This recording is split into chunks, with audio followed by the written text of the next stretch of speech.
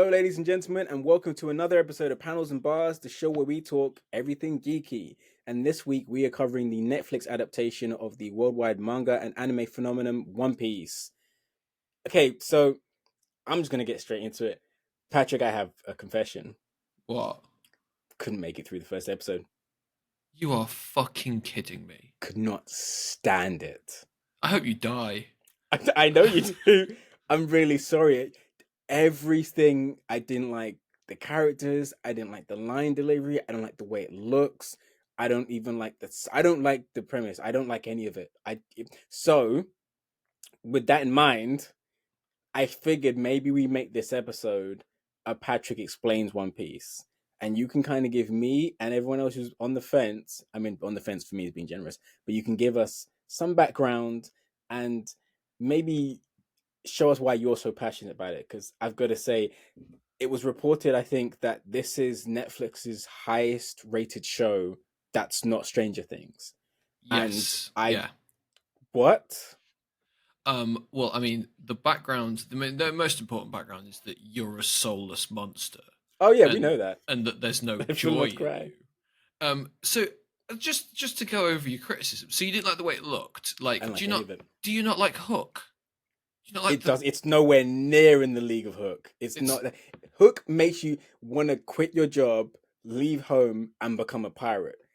This makes me never want to do anything where I might actually speak to other human beings because they might be as annoying as the characters in this show. annoying. Everyone in it is super annoying. You found Luffy annoying, but he's so charming and earnest. He's so That's what the script says, but in real life, he's very annoying. But he's so excited about being a pirate. Probably the most annoying aspect of his personality. But why would but, but why would you not want to be a pirate? Because you might end up having to share a ship with people like him. Well, this is a really deeply upsetting I'm revelation for sorry. me. I wanted to like it. I just What's wild about it is that like I know lots of people at work and stuff who've watched it who don't watch anime, and they all seem very enthusiastic. Beth watched all of it with me, and she like I was fully prepared for her to dip out after the first episode. I was like, if you don't like it, I can watch it on my own. I'm good. So I've watched it twice. Yeah, and I've watched the first episode another time on top of that. Um, Patrick, Patrick, if you need help, blink twice. it's wonderful and you're insane. And the 84 countries where it was number one over the weekend and the hundreds of millions of people who've watched it will all agree with me. Where you have the people who agree with you are probably all Nazis, realistically. Right? Hey, we got to agree about something, right? A lot of the examples a lot of the complaints I've seen about it are there's too many non-white people, there's too many women, and I saw some brief. It's a bit anti-capitalist, which man they ain't seen nothing yet. The manga and anime are really like anti-authoritarian to a point that's like quite overwhelming. So okay, so One Piece is the highest selling manga of all time. It is the third highest selling comic book of all time. But by the end of next year, if numbers stay the same, it will have overtaken all of the Batman comics ever published and will only be behind all of the Superman comics ever published. That's great. It was about a year and a half ago that it overtook all of the Spider-Man comics ever published. Um, it is also put the author of this as I think the third or fourth most successful author of all time, behind only J.K. Rowling and Danielle Steele. And Stephen King. I think he's fourth. So yeah, it is by almost any metric the most successful manga and anime series ever created. So I thought that the Netflix show was good. It does not capture some of my favorite things about the manga. It's not as funny.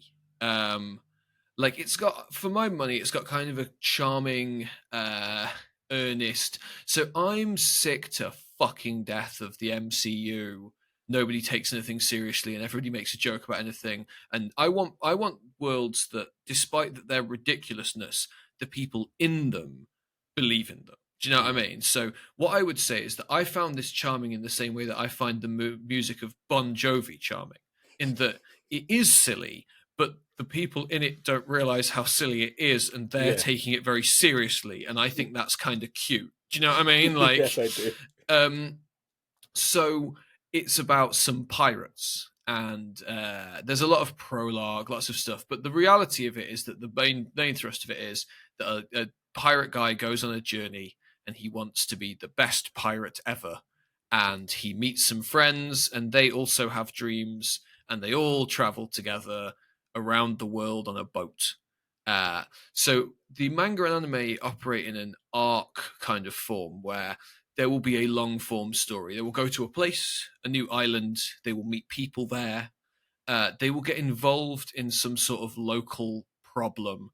Generally, the problem is that the government is bad and somebody needs to overthrow them.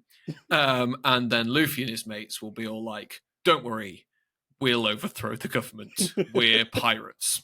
And then they will do that. And then everybody in the country, other people, will be all like, "Thanks for destroying the corrupt government. We're your friends now." And they'll be all like, "Cool, can we have some food?" And then leave. Um, Sometimes they take a person with them. In this initial arc, which has been adapted into the Netflix show, that happens a lot. Everywhere they go, they pick up somebody for the crew. But obviously, as it goes on, that starts happening less because there's a finite number of central characters you can have and still have them be interesting. So there's, I think, 10 or 11 crew members now, and there are 5 in this first bit. So they kind of gather half of the group at the beginning, and then they add people as and when. Also, it becomes more so in this, all they need a cook at one point, because they're all like, okay, we need somebody to cook for us, and they need a navigator to help them get the boat from place to place. But the other 3 who they add here are, well, there's Luffy, who's the captain, and then there's Zoro, who's a sword boy, and then there's Usopp, who's a coward. He's the ship coward. He's The later on, designated coward. yeah, well, he becomes like the sharpshooter later on. Like he becomes like a I don't know, like a sniper. But sniper isn't a position on a ship crew. Do you know what I Yeah. mean? Sometimes he does the cannons, but like the weird thing about One Piece for a pirate thing is that they don't spend a lot of time on the boat. Like, generally the boat is kind of an interstitial location between stories. So we see them hang out on the boat, and sometimes the boat is kind of involved because they'll like sail up a river or they'll have to protect it from somebody or whatever. But like the time they spend at sea on the boat is very minimal because obviously like what matters is when they get to somewhere and then there's a story. And then they add some more people later on, like they add a person who can repair the ship, and they add a doctor, and a musician, and then a couple of others who just kind of show up, like, and they're all like, yeah, sure. One of them it justifies as being all like, he's the helmsman, which, as I gather, is somebody who can like steer the ship. But like, he's the most recently added one, like 25 years into the series. So I'm what were they thinking, doing before yeah, him? I'm thinking they didn't need him so much. I mean, there is like a really lazy panel where they're all like, man, we could never have escaped from that if he hadn't steered the ship so well. But I was a bit like, I don't know, man, you've escaped from a lot of similar situations without him. Also, he's a fish person. Like, his value should be that he can swim, right? Like, he Yeah. could jump down, climb into the sea, Or at knock least out other ships. communicate with fish for them or something. Yeah. So the thing which people know about One Piece is that it's long. That is the feedback that everybody has every time you talk to them about it. The reality of this Netflix adaptation, regardless of whether you've enjoyed it or not, is it's deeply unlikely that they will adapt the whole thing. Like, so this is roughly the first 80 or 90 chapters of One Piece are adapted into these 8 episodes. This week's chapter is 1091. So we'd be looking at 11 seasons of TV to catch up with where the manga is now, and it is not over. One Piece has been running for 26 years. So it's weekly. Likely they will probably take an Invincible and Amazon Prime approach where you just condense massive arcs into a couple of episodes, essentially. Yeah, I think that that's possible, and I think that that would be like the thing with One Piece is that its strength in the manga is its world building and it's kind of like slow burn, long form storytelling. And there are aspects of that which is already missing in this. Like Mm. the first, what I would say, if you like, I know you didn't enjoy it, but the first episode is really exposition-y compared to all the others. Like they are all just yelling what's happening at each other all the time, and they all keep on like describing things that they, by all rights, should know about. Um, because they need to get as much of that out of the way as possible as Yeah. soon as possible. The pacing definitely improves. When I watched the first one, I was a bit like, wow. I mean, if this is how they're adapting all of it, it's going to be like, you may as well just have a dude stand there and describe the story of One Piece. Do you know what I mean? Because like so much of it was just people like yelling what was happening at each other. But I think that after that, the pacing gets better, but also this is a very short portion of it. And it's also a portion that doesn't rely on callbacks. There's already a couple of things. So, like, they've cut a number of characters. Mhm. So, a couple of episodes in, there's a man who's pretending to be a butler, but secretly he's a pirate. That's a spoiler for you, Jas. But you don't care. But yeah, obviously obviously we're going to do spoilers, right? There's no way to Yeah. discuss this without and it's only spoilers for the first season, which I assume most people will have watched by now, right? But I tell you what, for warning's sake, from here on out, I can't really describe much about it without doing spoilers. Spoilers, So spoilers. This is your spoilers. 5 second warning. Spoilers, spoilers, Yeah. spoilers. So there's a guy who's a butler and he's secretly a pirate. And he's got in this 2 other crew members who are like, they're dressed as cats. And they are also in the house where he's pretending to be a butler. One of them's the cook, and one of them's like the caretaker or what, gardener, I guess. And that appears to be his whole group. In the manga, he has, I think, like a whole ship's worth of pirates. And he also has a second in command who's been removed from the show, whose name is Django the Hypnotist. And he is just Michael Jackson. He so everybody else in the pirate crew is cat themed, and Django is just Michael Jackson. He Does he actually ever moonwalk. use his powers of hypnosis? Oh yeah, so he moonwalks into the first panel that he's in. But the gag with Django is that he also hypnotizes himself. So he will be all like, "You're feeling very sleepy," and then he will also fall asleep. There's a bit where the captain's all like, hypnotize them all to make them think they're really strong, and he does that, and then it turns back to Django, and he's all like, ah. So he's been cut completely.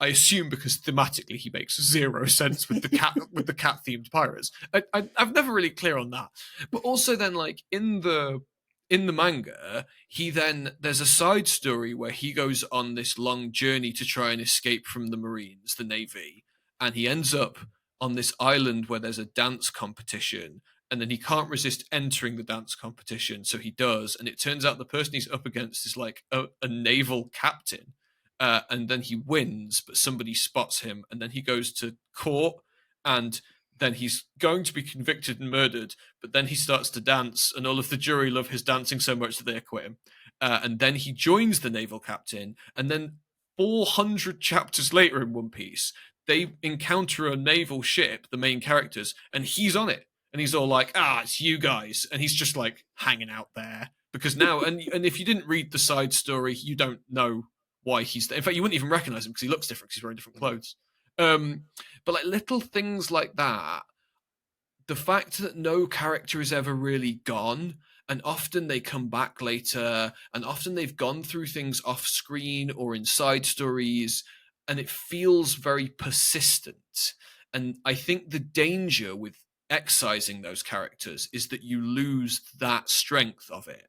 Mm. Like there's a group of fish people later on in this Netflix show, and there are 3, and in the manga there are 4, and the one they've cut is the only one of them who's an important character later.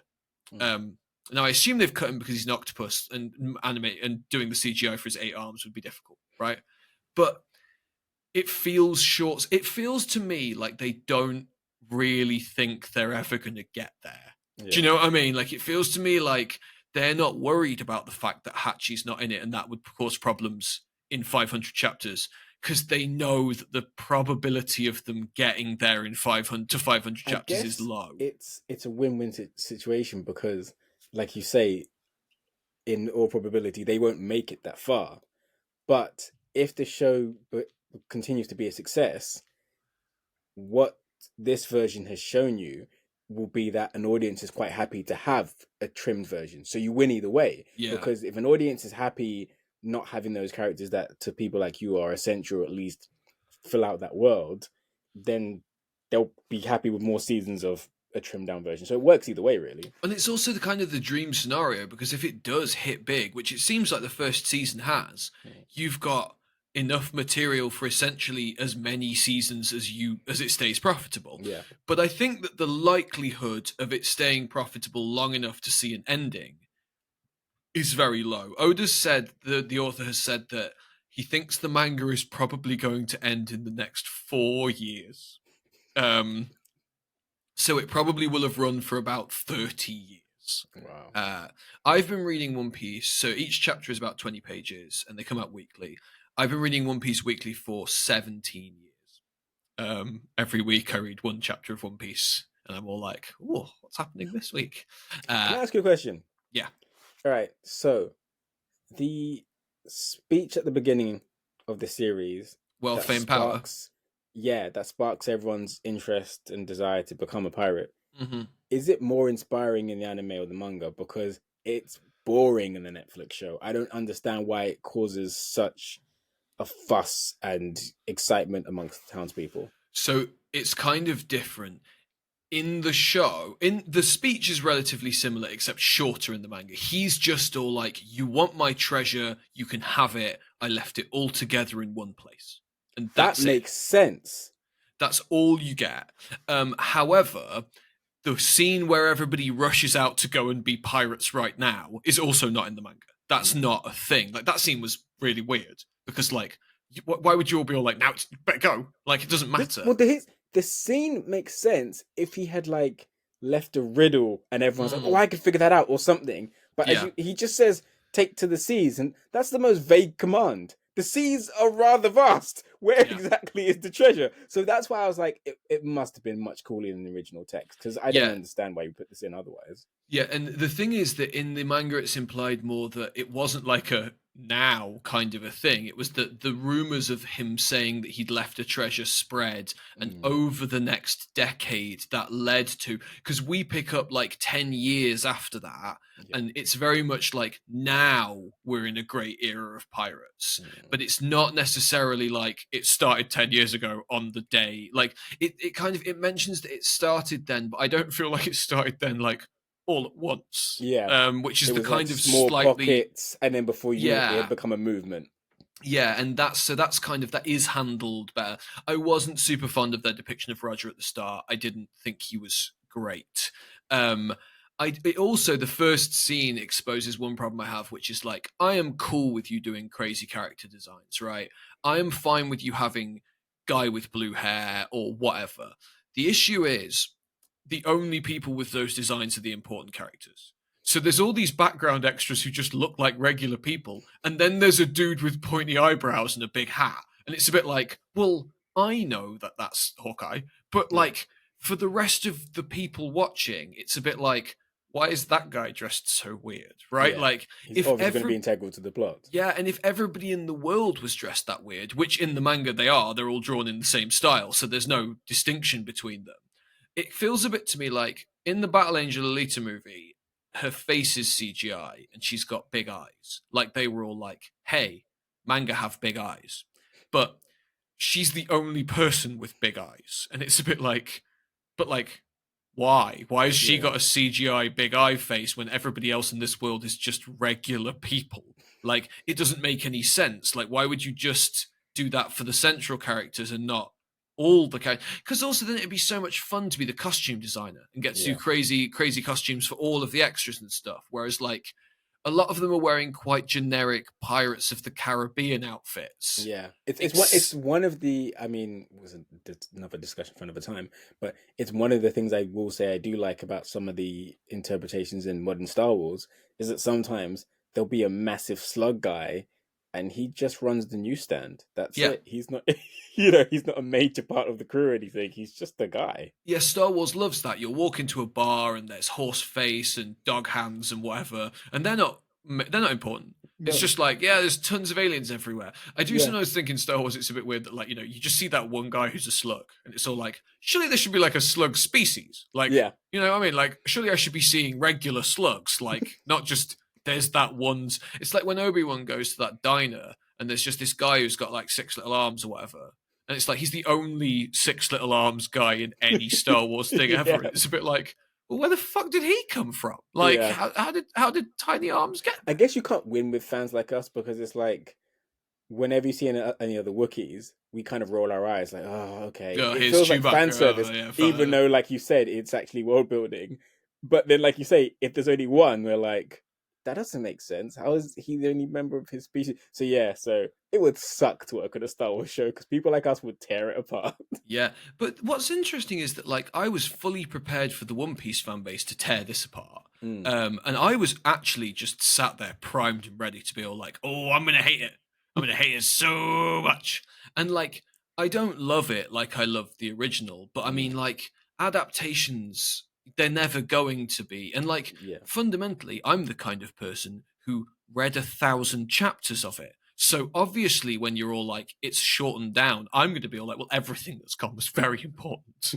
But like, I understand that for a regular audience, like, some of that stuff, Has to go. yeah, it's not as important. Yeah. My concern is that in the same way that we saw this huge backlash over Game of Thrones when they didn't have an ending available, or the ending was unsatisfying, I think the danger for Netflix here is that they don't want to fund 12 seasons of this. They don't do that. They never do that, realistically. They only ever do 3 or 4 seasons, and even the most popular things get like 5 or 6. I don't know what the longest Netflix show is, but I It's don't. probably Stranger Things, isn't it? And Yeah, and that's that's only 4 seasons, yeah. right? Like, I think Orange is the New Black might be 5 or 6. Yeah, I Um, think House of Cards maybe made it to five before a certain But person again, ruined Orange it. is the New Black and House of Cards are also two of the first Netflix Yeah, originals. And since then, they have backed away from doing longer shows. yeah, So I think the issue is that, like, I think Netflix have kind of screwed themselves into a corner here because, like, either you keep going and it takes 12 years to get to the finale, by which point, like, in One Piece, the manga, the characters have aged about 4 years since the beginning.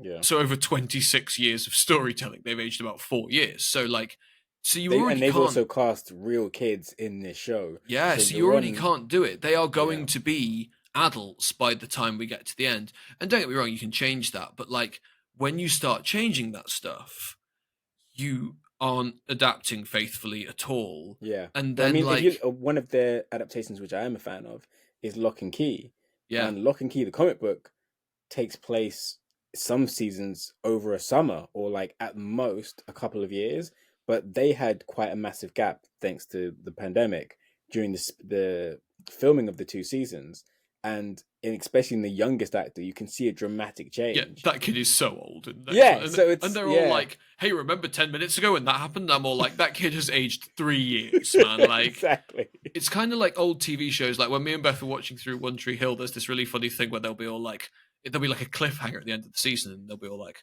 "What's going to happen?" And it'll cut back into the next season. And obviously, like I'm watching on streaming, so the next episode comes up straight away, and it's all like, and it cuts back in, and it's all like the same place at the same time, and they've all got different haircuts, and I'm Yeah. all like, when did you go and get that haircut? In between, like you were waiting by the scene of that car crash, and you get to the hospital, and you got a haircut. Like, and I think that stuff is kind of unavoidable.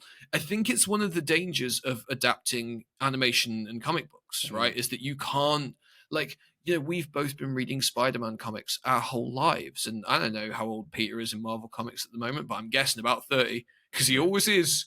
Yeah. Um, and that's the thing, is that like it's like Bart Simpson can stay young forever, but as soon as you adapt that to live action, you kind of set this clock ticking. Hmm. And I don't know how you deal with that.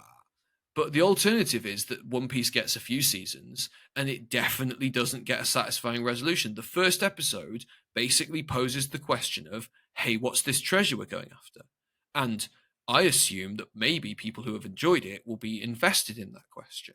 I don't know the answer to that question. and I am on chapter 1091 of the manga. Like, we have had zero clues as to what that treasure is, and in fact, I just don't have any real idea. Yeah. The single piece of Well, information I'm pretty sure I know what the treasure is. is it the friends we made along the way? It is the friends we Because made. Oda has confirmed that it is not, in fact, the friends we made along the way. Okay. He got asked that so many times that he was all like, no, it's not. It's a real thing. So the single piece of information we have about that treasure is that when Roger saw it, he laughed. That's it. Interesting. That is the only thing that we have. And it's been, 26 years. Like, and you're never, so the people who are watching that on Netflix are never going to get that answer. And if the show ends and it gets cancelled and they go to people who like the manga and they're all like, so what is it?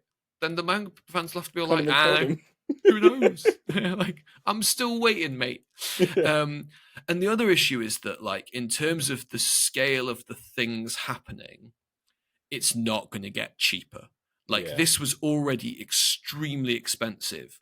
And there's a lot of points in this where things that in the manga and anime took place outside have been shifted to take place in a house on a soundstage. Do you know what I mean? Like, the CGI here is minimal. They use their powers and abilities that are like CGI reliant quite sparingly. And this is the only part where the main crew members are all human. So the next crew member to be added is a little deer boy. He is half boy, half deer. Later on, they also add a big fish man, a robot, and a skeleton. And it feels like having those characters in it as main characters all the time would be like prohibitively expensive. But I mean, they have Netflix. It was Netflix that adapted Sweet Tooth, wasn't it? And Sweet Tooth was about So I think Sweet Tooth could work for Little Deer Boy, yeah. but I would question, like, because those are just the main characters. Like, they meet a lot of weird people, and the people they meet get weirder as it goes along, and to the point where you're kind of in a scenario where, at the moment, with this first series, they can have episodes where everybody is played by human actors, and maybe there's a moment or two where they use some CGI. And then you have episodes later on where there's a lot of prosthetics. But there's stuff later on where I can't see how you would do it without there being CGI all the time.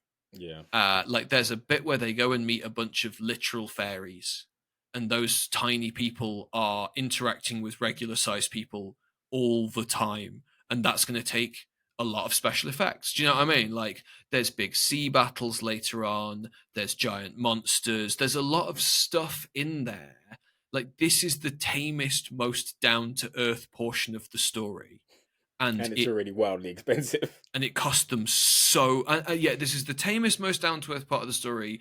And they've shifted loads of stuff to be less over the top and expensive than it was in the manga. And it still cost them like something like $18 million an episode or whatever.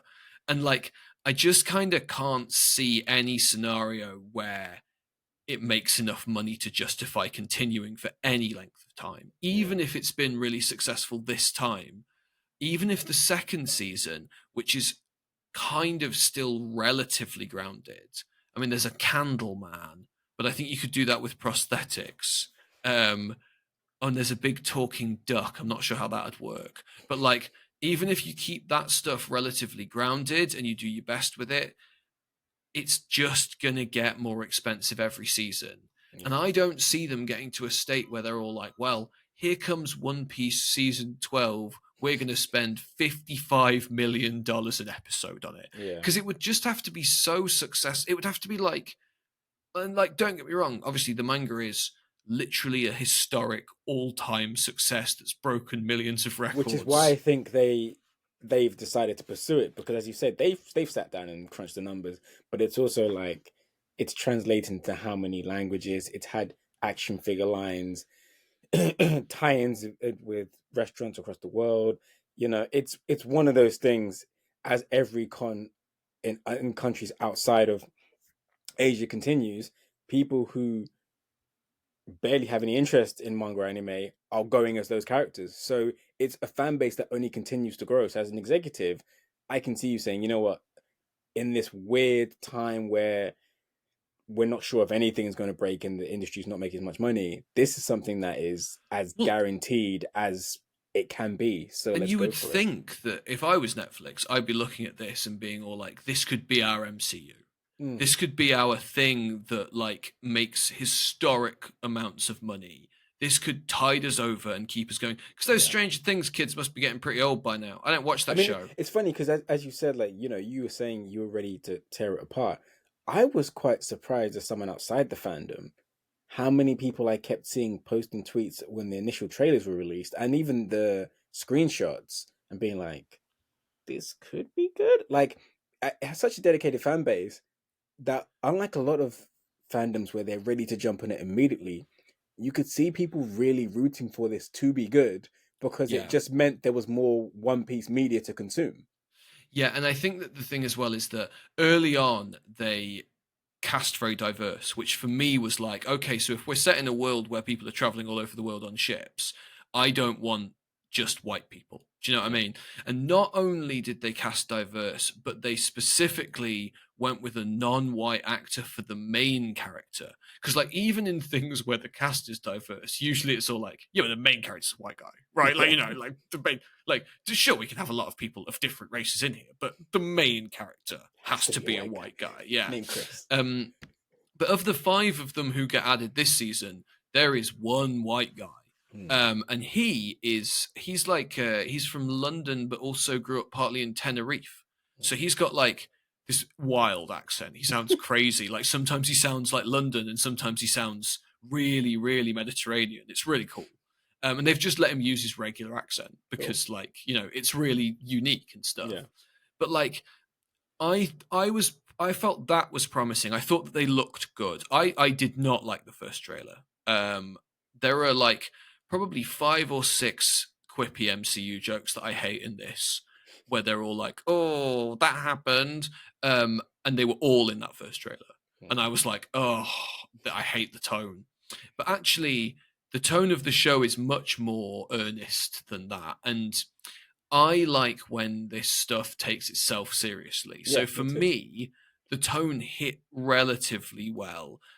There are some things, the shouting out the names of the moves that you're doing and the yelling the same catchphrase line over and over again, that I'm not sure translate that well to live action. And I know that sounds odd because obviously, like writing wise, there's no real difference between an animated show having somebody shout the same catchphrase over and over again. But there's just something about it that feels a little bit. I think it's probably because in the animated version, it's always delivered exactly the same. Do you know what I Yeah. mean? I'm assuming they just save money by using the same voice clip over and over again. So because it's just like the cadence and the delivery is slightly different every time, it doesn't feel the same as it does in the animated version when he Yeah. yells the same thing over and over again. And also the reality of it is that because the manga is longer, the time in it's like they've included every time he shouts his catchphrase in this, but the time between them is drastically compressed. So it Yeah. feels like he's yelling it All way, the way time. more. Yeah. Yeah.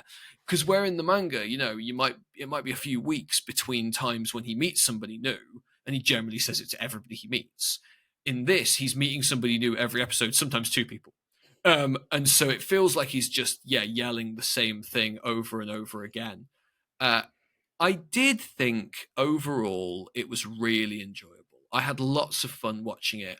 I'm a little salty about the choice of where they ended it.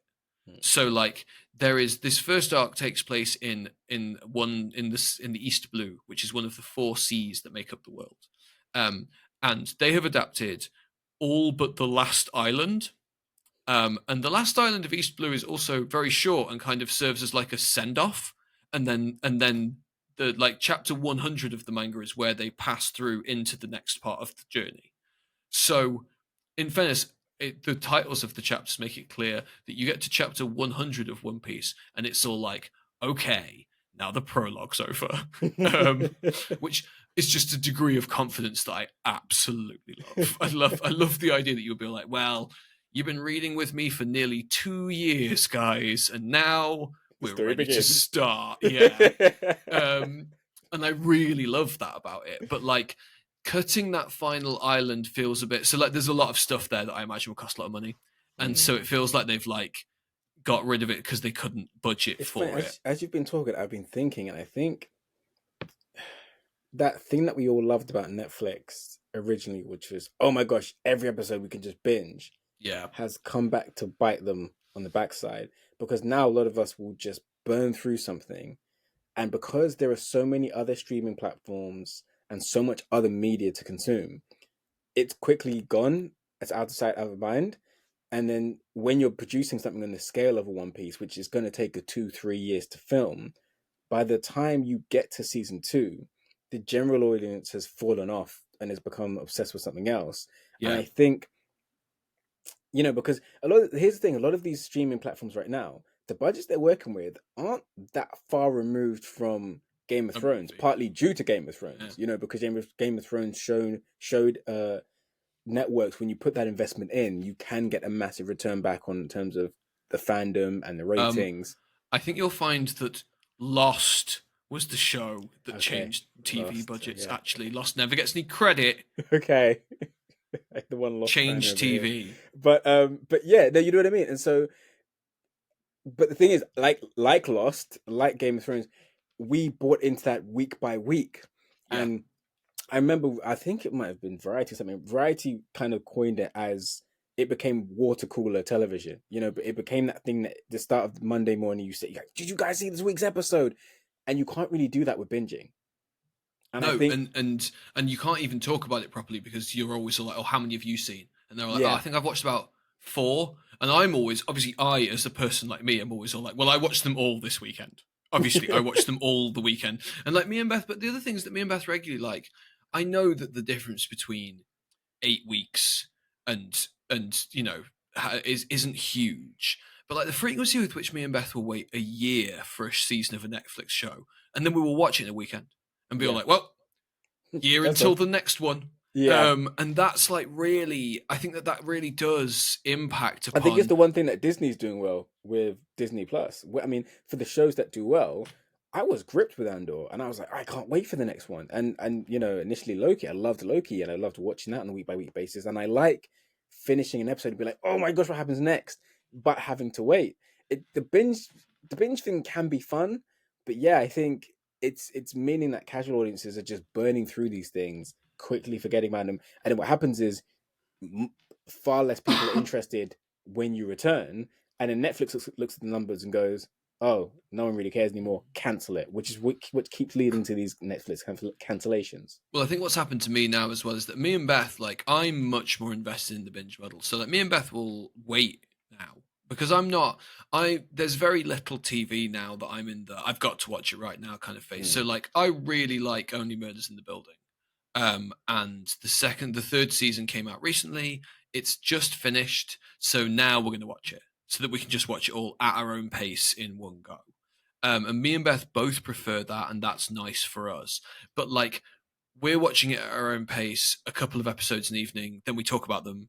Do you know what I mean? Like, I've kind of got an inbuilt person to talk about who I watch it at the same pace as. Yeah. When there are things that I do care enough about to be watching weekly, I'm often online discussing them and stuff, but there's not a lot on TV. I think the only thing me and Beth watch together that we always make sure to watch the week it comes out is The Handmaid's Tale.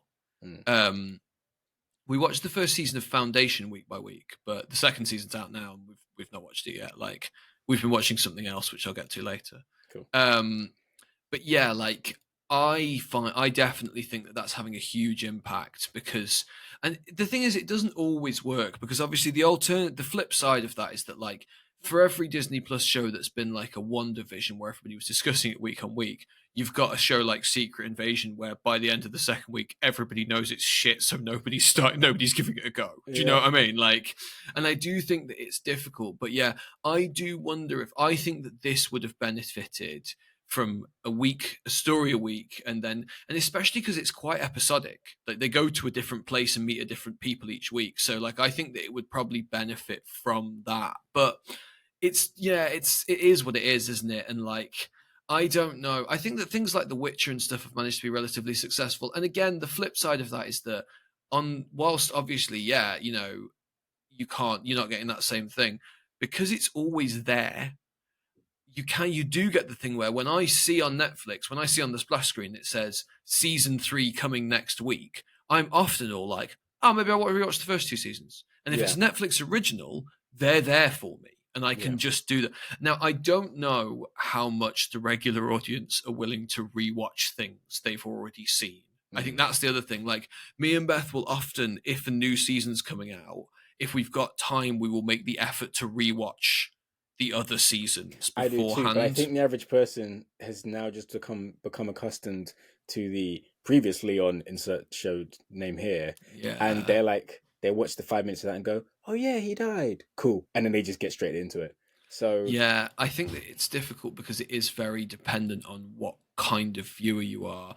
But like, I read an interesting article the other day where somebody on Reddit was all like, mathematically, nobody will ever be as famous as Beyonce.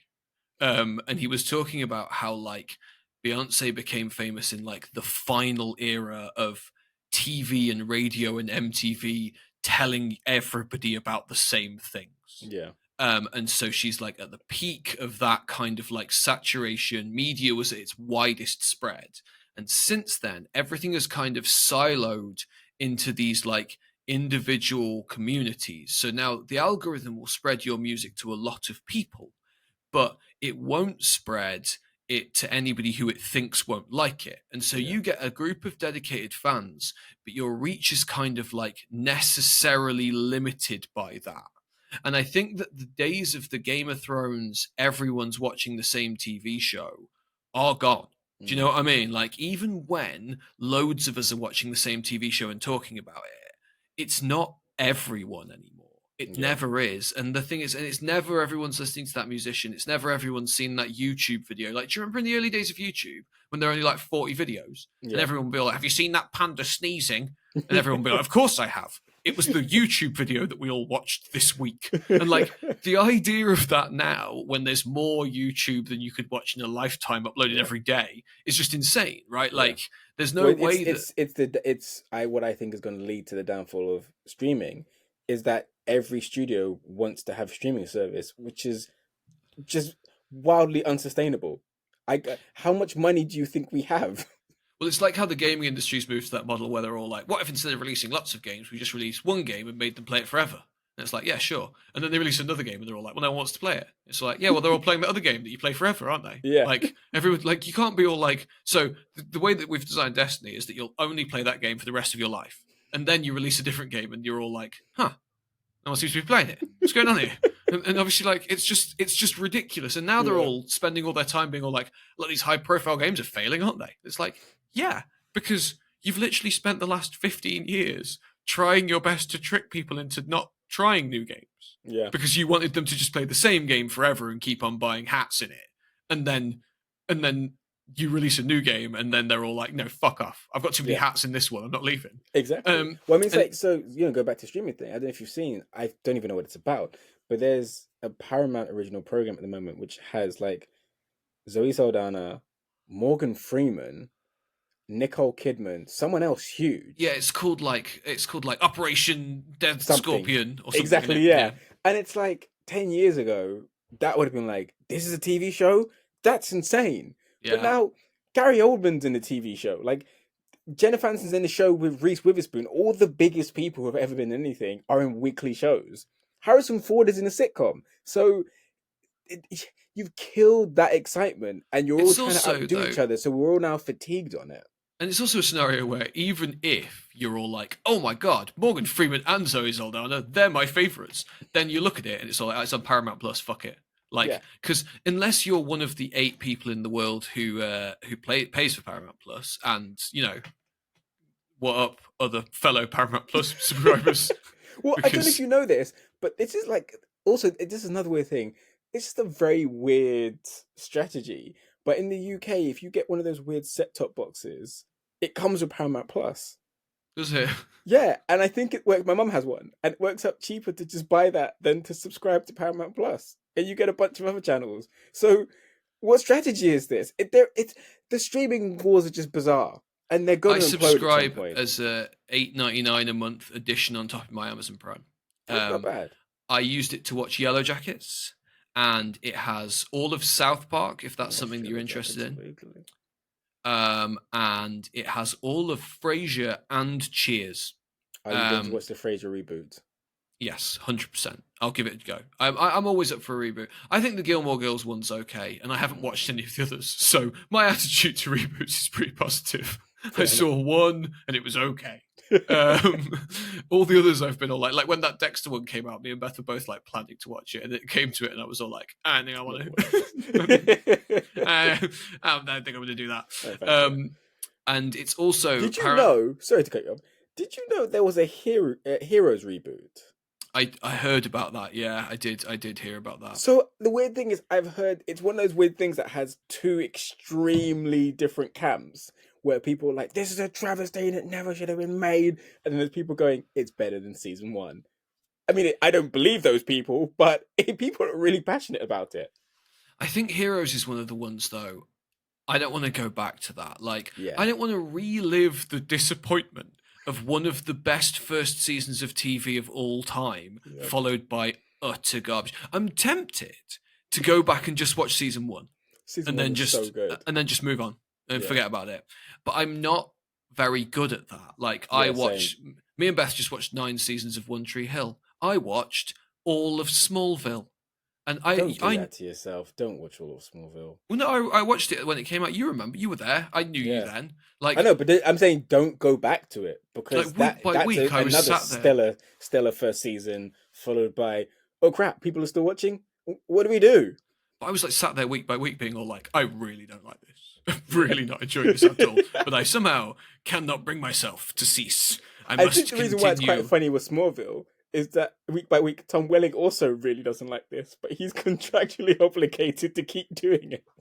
I mean, in fairness, the later seasons of Smallville have a couple of relatively solid things. That guy who plays Spike in Buffy being Brainiac is really good. Yeah. Obviously, Lex's peak before they take him out of the show is excellent. For my money, he's the best live action version of Lex Luthor. Have you seen? Did you see Tom Welling's return to the DC universe recently? Yeah, I watched that. It was lovely. It was really nice. I thought it was really charming. Obviously, it was a crossover between 3 or 4 shows that I have never seen, so it was quite confusing. But I waited, and then Tom Welling was in it, and I was all like, "Oh, there he is! Look, it's Clark." And the casting later on for Lois is spot on. I think she's brilliant. I do like how. She's super annoying at first, which all adaptations of Lois should be. Like, some adaptations try and have a meet cute and they really love each other straight away. And I prefer it when they can't stand each other initially. And then there's a begrudging respect and then they fall in love. Yeah, Lois is so mean in Smallville. she's just so, she's bordering on schoolyard bully. Yeah. She's just unnecessarily cruel to him and about normal a lot of it things. Is just the fact that he doesn't come from the city. That's her main point of contention. Is oh, they don't have subways where you're from, you idiot. Also, when she's introduced, she's in the countryside, and everybody else there is also from the countryside, and she's just all like, "You, Clark, you're from the countryside, you prick," and it's like, what? But why him? And I assume that it's supposed to be that she's there's something about him that she. Yeah, it's the literal schoolyard bully pulling his pigtails to get his attention, isn't it? And it's but I think that dynamic's really good. The thing I always thought about Smallville is that it was a really funny thing where 1 in 3 episodes of Smallville are good. So you watch an episode of Smallville and you're all like, oh, that was good. And then the next one you're all like, that one was shit. Maybe I'll stop watching. And then the next one you're all like, well, this one was crap. If the next one's not good, I'm definitely not going to stop watching. And the next one's good, and you're all like, it was alright, wasn't it? What I think is funny is that some of the applications of what the Kryptonite is doing to affect the villain of the week, some of them are really clever, and at other times it's just my skin is bubbling. What that? I don't care. This is very boring. It's so hit and miss. Yeah, I mean, I think that in general, Smallville is far too long. I think that one of the things that me and Beth have talked about recently is that, returning to old shows, the 24 episode season is a real mixed bag. Because, on the one hand, you get garbage filler. Do you know what I mean? You get terrible filler. But then on the other hand, you kind of spend an amount of time with these characters that makes them feel very like you really know them. Do you know what I mean? Yeah. Sometimes an episode where they do nothing and just go to the bank is kind of what you need to make that character feel more like a rounded real person, and we never get that anymore. Like, Yeah. I honestly would say, circling back around to the topic, I genuinely think that I might have preferred a like Flash Arrowverse style version of One Piece where the effects were shittier and they made more excuses not to have the fight scenes, but we got just tons of time with the characters and time Mm. for cameos and time for all the background characters. Because also, like, there's wild things. So, like, in the first episode, you saw Shanks. He's got red hair. He's Luffy's like mentor in being a pirate, right? So Shanks appears in chapters 1 and 2 of One Piece, and then he reappears around chapter 100, and then he's gone for I think 400 chapters. Like, what's the statistical likelihood that that dude they cast as Shanks is going to be It's gonna available come in back. Yeah. 4 years? Do you know what I mean? Like, Yeah. what if he's got? Because like some of them, what they've done is they've kind of given what used to be bit characters who come back later a longer role, and they've kind of kept up with them as the season goes on, and Mm. made them more into central characters, which makes sense because then you don't have the casting problems. But by the nature of the story, you are going to have characters who disappear for 2, 3, 4 seasons at a time. And when you have an obsessive manga fan base, you can do that. And then on Reddit, we all talk about who it is. And if you've forgotten, it's fine. I mean, I reread One Piece once a year ish. Mm. So I'm very familiar with everybody. But, like, I appreciate that not everybody is. But often, Oda's also a very talented writer who he often weaves these people in a way where it doesn't draw attention to them. So Mm. you might, when Django pops back up, it's not all like, there's not like a panel where it's all like, hey, remember Django? It just has him in the background. And if you read the side story, you recognize who that particular Marine is. But there are regularly panels where the Marines say something. So if you don't remember, it doesn't matter and it doesn't Yeah. impact on the story for you. Sometimes people will show up and be all like, hey, Luffy, remember me? I'm that guy from this time. And like, as long as in character that makes sense, that's fine. Do you know what I mean? Yeah. Often the gag is that he doesn't remember them even after he's been reminded of who they are. And that stuff works well. There have been a couple of occasions where he's literally done a page recap where he's been all like, so here's who these people are, because it's been 15 years since I had them in One Piece. So, but those are usually accompanied by new drawings of old characters, which is nice because over the years his art style's evolved and he's better at drawing now than he was 15 years ago. So seeing those old characters redrawn in the more modern art style is kind of nice for the long-term fans, and for the people who are new or don't remember because they don't care as much. It's Yeah. just kind of like, it's just a recap, and like all that stuff is handled very deftly by One Piece. Like, I've never read anything this long which is a single ongoing story. I read Spider-Man for years, but really, Spider-Man, like, even when they try and pretend, Spider-Man comics aren't one long story. No. Because, In comics, firstly, I can maybe think of 4 things that are and Cerebus, Bone, Savage Dragon. I don't even know if I can think of a 4th. and even then, do the writers change? Because, like, again, like So with Savage comics, Dragon has been the same writer and artist since it started. It is, Yeah, I think, yeah. in fact, the longest American independent book of all time. Well, Spawn is, but Savage Dragon is the longest American comic book by the same artist, I think. Cerebus is the same team about, there's like an arc that doesn't have it. And Bone has always been Jeff Smith. But once again, even though Bone is one ongoing epic, it's also episodic in that you kind of can pick it up wherever you want. So And yeah, also, there's like gaps, aren't there? Like where Yes, he there will just like take a year and a half off. Yeah. Like, so like the idea of a weekly comic book with 20 pages or so that It's goes insane. on for 26 years is insane to Western comic book fans, especially given that it's been written and drawn by the same single author for the entire time. So like, there's a level at which adaptation of this, I think that there's some points in the One Piece show on Netflix where they've kind of tried to pull from the comic book adaptation barrel. Mm. And but I question, and it works fine for this season, but I question whether in the long term they will start running up against problems because it is not the same kind of story Yeah. as like One Piece is a single ongoing narrative. It is the story of one character. We are on a journey with that guy, and in 26 years, that journey is not over. And I don't know that it's possible. Like the thing that I thought from the moment they announced it, like I think that the idea of adapting Akira into a film is stupid. Yeah. Hollywood's been trying to do that for about 15, 20 years. It keeps falling apart because it's a fucking stupid idea. It's insane. But I do think it's theoretically possible. I think if you got like Neil Blomkamp on it, and gave him just tons of money, I think you could get a good Akira film. Yeah. Because there's already a good Akira film. It's called Akira. It's fine. You know what I mean? Like you could just adapt that.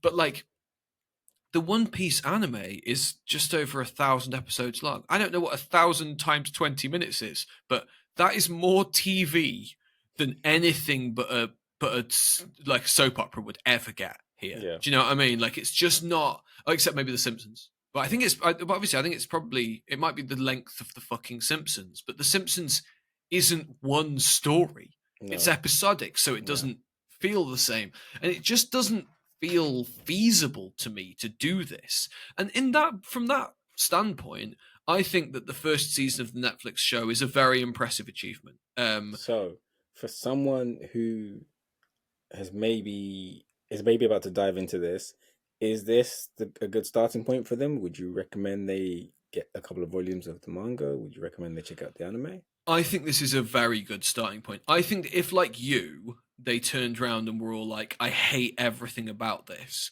I would probably still be all like, if you liked if you liked Because it the anime enough, still looks appealing to me. and if you liked it enough, like concept wise, to give this a go, I would still suggest giving the manga a go. Mhm. But if you liked it enough to give it a go and you go in and you do enjoy it, then yeah, I've seen a huge uptick in the online One Piece community, which we already had, obviously, for the anime and manga, of people coming in and being all like, right, I finished the live action, I loved it. Where am I going from here? I want to get into this.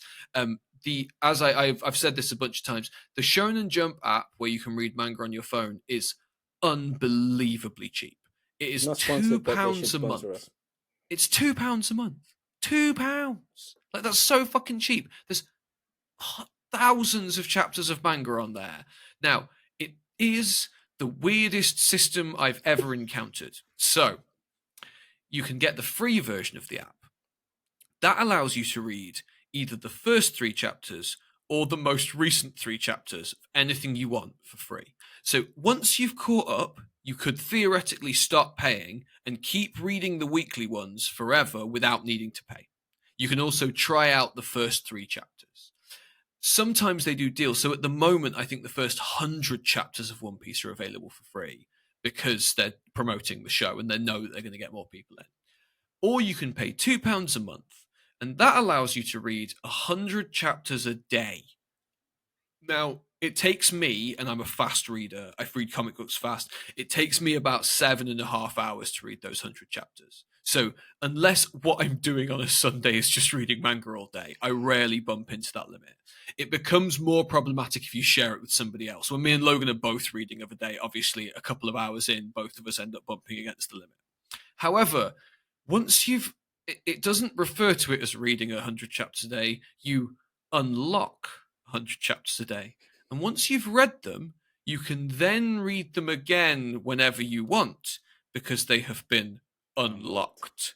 Now, it feels to me like it is just tailor-made for a higher, like £5 a month tier where I can read whatever I want all the time. But that does not exist.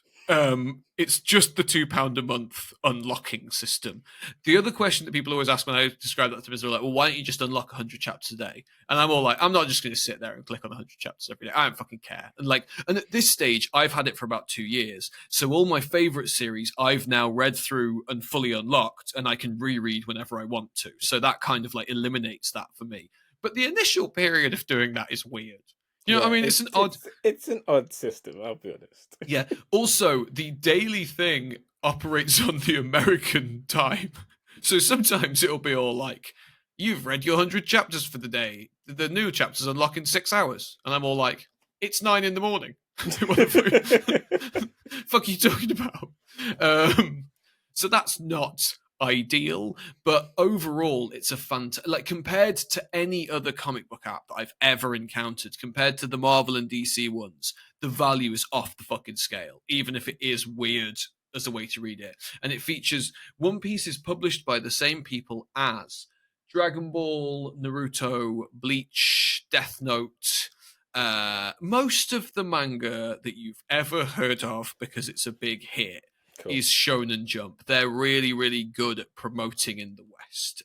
There's only a few really popular things. Attack on Titan is not on there. That's Kodansha. And their app isn't available in the UK. So Cool. you have to pirate those. But in fairness, like, reading manga illegally is the most ludicrously easy thing in the entire world. Like, I spent so many years thinking that, like, I always kind of thought that reading American comics online would be like that. Like, because if you just Google "read One Piece online," it will absolutely just give you a site in the first 4 responses, which lets you read it online for free. But there's, like, quite a lot of adverts, and they're all clearly illegal, but nobody's really seems to be policing them very well. Yeah. Whereas, like, you Google, like, read Batman online for free, and the first response you will get is, "Here's how you buy it from DC," and then there's nothing else. Yeah. Or alternatively, it's, "Here's how you buy it from DC," and then here's a bunch of shady malware, and that's it. And, like, and you can never actually even vote. Maybe you can read the first page for free, and then when you click on the second page, your browser will die. It's like, so yeah, like, the idea that reading comics online would be that easy without paying is quite weird for me. And I know that, like, lots of young people, Logan pirates tons of stuff, even though he's got access to my apps, even though I buy him manga whenever he wants, he still pirates. No, I think he just wants loads. I think a lot of what Logan's reading isn't necessarily being published in the UK yet. He reads a lot of manhwa, which is Korean Okay. He always says it in that way. He's always like, "I was reading this manhwa," and you have to elongate the A, because if you just say manhwa, then you can't really tell the difference. So you have to go manhwa, hua, like that. Next time, you're going to watch the rest of One Piece, you piece of shit. No, I don't. It's your turn to pick, because technically One Piece was mine. You didn't pick last time. You kept trying to make us watch Snow Dog, so I picked One Piece. I choose Snow Dogs, No, starring Cuba Gooding Jr. No, stop. You should watch Lost. You should watch all of Lost. I mean, I will watch Lost for what's really good, but I'm not going to watch it for the main podcast because your choices keep tanking the algorithm, right? Okay. All right. In that case, I propose that we actually, people, you know what? Let me publicly apologize to Patrick, actually, because not all of his choices. And I'm actually going to say something. Heartbreaker's the coming Moonwalker back. Episode had half the views of the Heartbreaker episode. Yeah. So, yeah. You've got shit taste as well. We both like garbage that everybody hates. Yeah. I'm going to suggest that we cover the first 2 Terminator films. Yes. And then never. I mean, they only made 2. I've never heard of anything else. I think that the podcast trend recently is that people go, "Oh, let's watch all the shit films and talk about how shit they are." And whilst obviously that can be fun, I propose that we just watch the 2 good Terminator films, and then we talk about how fucking awesome they are. Yeah, because I haven't watched them the first for a 2. while. I'd only maybe stretched to the TV show, which is I have fun. Oh yeah, Sarah Connor Chronicles is really good. But you can't get that anywhere, can you? No, like, unless you bought the DVD when it came out, they don't want you to remember it happened. So fucking depressing. It's so good. It is. It's also full of, like, people who became famous later. It's one of those shows with an amazing cast. It's really depressing. But yeah, I propose we watch Terminator 1 and 2, and then we will talk about how great they are. They're on the list of films that I watch, like, every now and again. I haven't watched the first in a long time, but would happily rewatch it. So. Yeah, well, and I watched RoboCop a couple of weeks ago. I was about to say we need to watch RoboCop at some point because the first is so good. I'll always watch RoboCop again. Okay. It's the fucking best. Okay, cool. So let's do the first 2 Terminators and then RoboCop. Yeah. Okay. Cool. I'm all in. But yeah, Terminator first. Terminator 1 and 2 next week. Cool. Sweet. All right. Thank you for everyone for watching, liking. Like we passed 5,000 views this month, which is insane.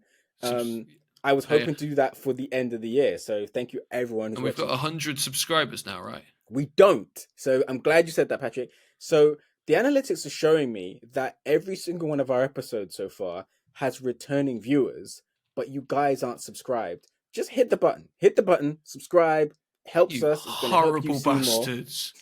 I'm going to kill myself if you Patrick don't will kill subscribe. himself if you I'm don't going to subscribe. throw myself in front of a train and I'm going to write in blood on my chest it's because I didn't have any more subscribers. And then So you'll know. You'll yeah, if you know. don't want that on your conscience, just hit the button, hit the bell. And thank you so much for proving that Heartbreakers is better than Michael Jackson's Moonwalker. That's a real. Although that said, I felt like Michael Jackson's Moonwalker was some of my best podcasting. It was, Like yeah. I felt like we had a real fun vibe during it. Yeah. And I wish more people were watching it. Maybe if you I think decided maybe that you people want, don't like us enjoying ourselves. They would rather us be tortured by terrible early 2000s well, that's comedy. the I thing. think that's what it is. And also that's why everybody's doing podcasts where they watch the shit later Terminator films because then they're all like, this is funny, isn't it? They watch Listen, shit films. we get, Schadenfreude, but just let us be happy. Let us watch things that we like. We And like don't worry. enjoying nice things. So But also, if the algorithm, if the analytics keep trending this way,